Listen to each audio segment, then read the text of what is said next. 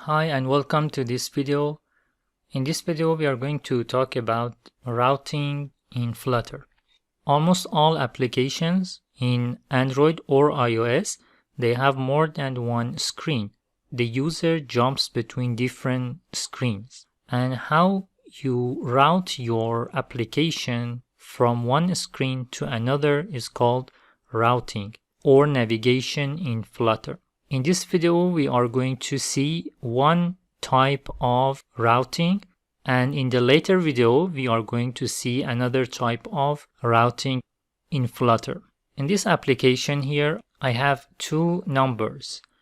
When the user enters these two numbers and clicks on analyzing, it shows the result of summation between two numbers. This is just a simple example of routing. You can apply this in your application. So first I'm going to go through the user interface and then we go to the routing of the application. First I create a column which is considered the whole app, and then inside the column I have the text, first number, and then I have sized box which creates a space. And then I have padding to increase the space on the right and left of the text field. And then as a child, I have the text field. And in the text field, I have controller. We need this controller to retrieve what user enters into the text box. And to use this controller, you need to first define it at the beginning of the application, where we have this counter variable. This is from the default application that comes with Flutter. When you create a new application, you get the counter sample application. So as a reference, you add the controller, you define the controller after this counter. We create text editing controller and we call it first number for the first text box, and another one second number for the second box. And then inside the init state, which runs when the screen is loaded, we initialize them by calling text editing controller, which is the constructor of the text editing controller. And then we use the name first number and second number in our program. So after defining this, I come here and in the text field, I say the controller is first number. And then I add some decoration for the border. And then I have the second sized box and second text, which says second number. And then again a space and the second text field, which in this case the controller is the second number variable. And then I have the button which has a text, and I added the text style, and then I'm pressed.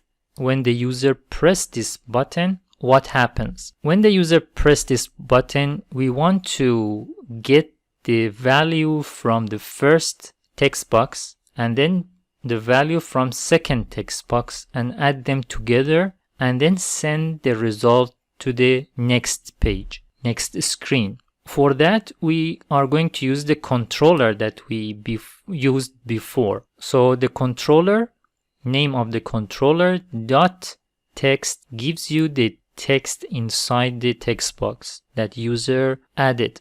And because this text is in a string format and we want to have an integer to add two values together, we convert this string into the integer by saying int.parse, and when we then we pass the controller name first number.text, and same thing for second number.text, and then we add these together to store the value into the sum. And I print the result in the console for verification. And then this is the part we are routing to the next screen. For routing to the next screen, this is the syntax navigator.push context, material page route, and then we have builder, context, and the destination is second page. And inside we provide sum as the parameter. What is second page and what is this total? The second page is the second screen that we create. I right click on the lib, new, file, and I call this second.dart. Inside this, I create a class called second page. So we provide the name of the class, not the name of the file. Second page is the name of the class. So we provide this name as our destination. And to get the value that the first screen sends, we need to have a variable to store it. So we create a variable called total, and then we add a constructor. This is the same if you want to add constructor in any screen.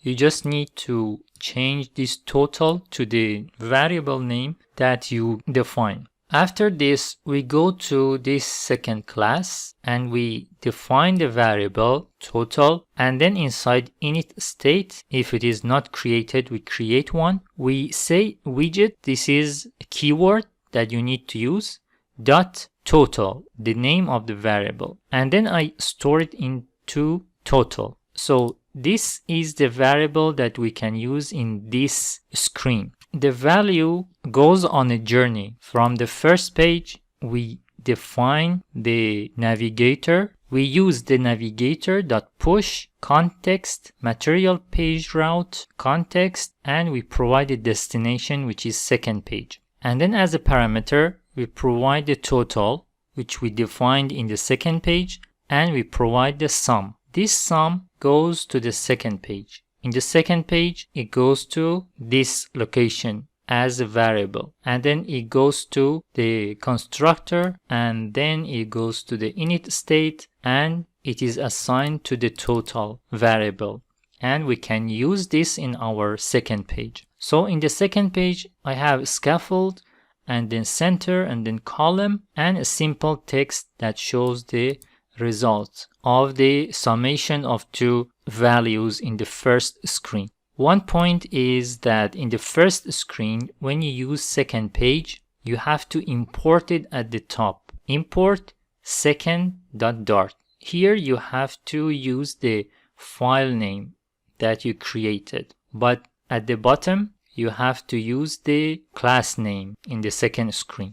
If you want to know more about the structure of the Flutter application and the widgets and how we arrange these widgets, there is a mini course in the video description. You can check it out, and it helps you to understand the Flutter applications better. So that's it for this video. That's how the routing works. This is the first type of routing in Flutter. I will talk about the next type in the second video. So please subscribe. Thanks for watching. I will see you in the next video.